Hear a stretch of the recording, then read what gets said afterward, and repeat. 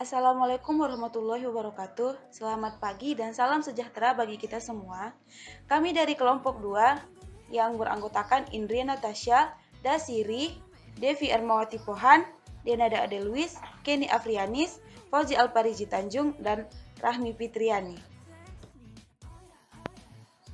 Pada kesempatan kali ini, kami akan menyampaikan materi presentasi yang berjudul Perkembangan dan Pengembangan IPA. Namun sebelum itu, kami akan membahas pengertian ilmu pengetahuan alam. Ilmu pengetahuan alam adalah sekumpulan pengetahuan yang diperoleh melalui metode tertentu. Sains atau IPA berusaha menjelaskan apa saja yang termasuk bidang kajiannya, dan untuk itu diperlukan objektivitas dan kejelasan metode. Selain itu, sains berusaha meningkatkan taraf hidup, efisiensi, dan efektivitas kerja. Baiklah, kita masuk pada pembahasan berikutnya, yaitu metode ilmiah sebagai dasar IPA. Metode ilmiah adalah prosedur atau cara dalam memperoleh pengetahuan yang disebut ilmu. Adapun penemuan ilmu pengetahuan mereka melalui pendekatan non-ilmiah diperoleh dengan 3 cara, yaitu prasangka, intuisi, dan trial and error. Untuk menjadi satu ilmu pengetahuan yang diakui, harus memenuhi beberapa kriteria sebagai berikut. 1. Logis, yaitu pengetahuan tersebut masuk akal dan sesuai dengan kaidah-kaidah ilmu pengetahuan. 2. Objektif, yaitu pengetahuan yang didapat harus sesuai dengan objeknya dan didukung oleh fakta empiris. 3. Metodik, yaitu pengetahuan diperoleh dengan cara-cara tertentu yang teratur, dirancang, diamati, dan dikontrol. 4. Sistematis, yaitu pengetahuan disusun dalam satu sistem yang saling berkaitan dan menjelaskan satu sama lain sehingga menjadi satu kesatuan yang utuh. 5. Berlaku umum atau universal, yaitu pengetahuan berlaku untuk siapa saja dan di mana saja, yaitu dengan cara eksperimentasi yang sama akan diperoleh hasil yang sama. 6. Kumulatif, yaitu sesuai dengan khasanah ilmu pengetahuan yang selalu bertambah dengan hadirnya ilmu pengetahuan yang baru. Ilmu pengetahuan yang terbukti salah harus diganti dengan ilmu pengetahuan yang benar. Metode ilmiah memiliki langkah-langkah tertentu sebagai berikut. 1. Perumusan masalah. 2. Penyusunan hipotesis.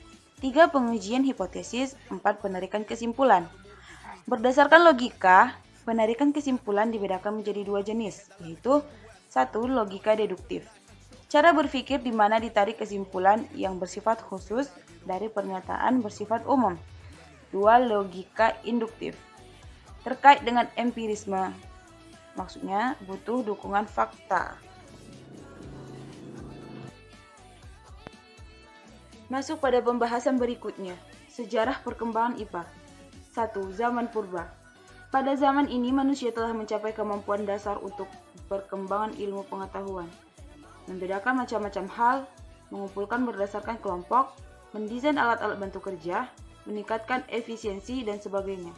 2. Zaman kuno. Pada zaman ini peradaban sudah maju dalam rupa kerajaan di Cina, India, Mesir, Babilonia, dan Yunani.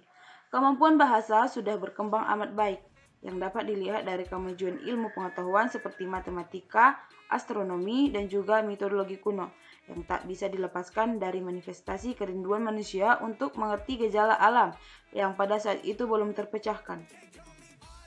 3. Zaman Yunani kuno. Perkembangan ilmu pengetahuan berkembang pesat sekali pada zaman Yunani, disebabkan oleh kemampuan berpikir rasional dari bangsa Yunani. Pada tahap ini, manusia tidak hanya menerima pengetahuan sebagaimana adanya, tetapi secara spekulatif mencoba mencari jawaban tentang asal-usul dan sebab akibat dari segala sesuatu. 4. Zaman pertengahan. Zaman ini ditandai dengan karya para teolog yang juga bekerja di bidang ilmu pengetahuan alam. Perkembangan berpikir dan penemuan baru banyak terjadi di zaman ini. Perumusan hukum alam mendasar digabungkan dengan karya para teolog menjadi warna pada zaman ini. 5. Zaman sains modern pada zaman Renaissance. Zaman ini ditandai dengan bangkitnya akal budi yang melepaskan diri dari dogma-dogma agama. dimulai dari revolusi Kopernikus tahun 1473 sampai 1543, yang merumuskan bahwa alam semesta ini heliosentris, yang bertentangan dengan ide geosentrisme dari Ptolemeus. 6. Zaman pola pikir induksi. Zaman ini ditandai dengan pola pikir induksi telah mulai digunakan sebagai landasan dalam penyelidikan ilmiah. Zaman ini sering disebut juga zaman timbulnya empirisme besar-besaran yang benar-benar menghantar sains ke kemajuan teknologi. 7. Zaman kontemporer. Zaman ini ditandai dengan kemajuan ilmu alam terutama fisika. Di zaman ini manusia sudah mendapatkan hukum kekekalan materi dan energi. 8. Sains di masa depan. Sains di masa depan adalah sains digital. Karenanya, manusia akan menghadapi kenyataan baru, yakni kenyataan virtual. Pesatnya laju komunikasi antara komputer besar maupun kecil, sekecil telepon genggam, membuat realitas fisika yang selama ini dipelajari dalam ilmu alam menjadi dunia yang sama sekali tidak menyentuh realitas yang akan dibicarakan di masa depan.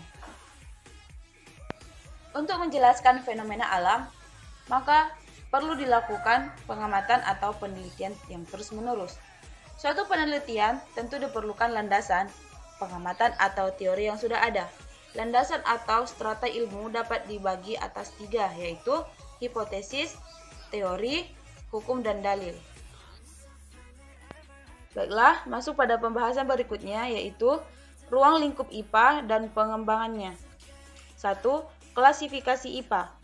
Di antaranya ilmu sosial dan budaya, antropologi, etnologi, sejarah, ekonomi, sosiologi, ilmu pengetahuan alam, dan klasifikasi lainnya yang sudah tertulis dalam makalah kami. 2. Pemfokusan dan pembentukan multidisiplin ilmu. Pemfokusan di sini maksudnya adalah untuk dapat menguasai ilmu dengan baik, maka seorang ahli akan lebih memfokuskan dirinya dalam salah satu fokus disiplin ilmu tertentu.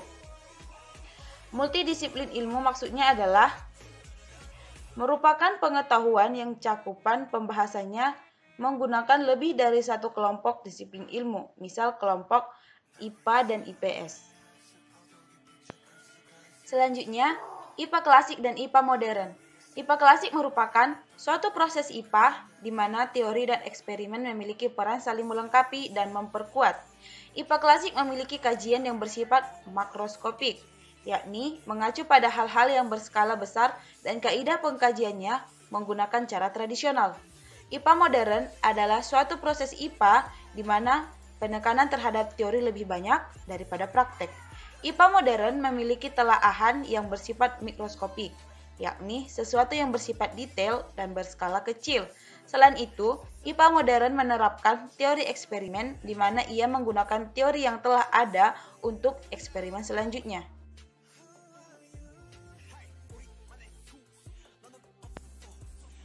Demikian isi presentasi kami kali ini. Semoga apa yang kami sampaikan dapat bermanfaat bagi kita semua. Jika ada kekurangan, tolong maafkan, karena kesempurnaan benar-benar hanya milik Allah Subhanahu wa Ta'ala.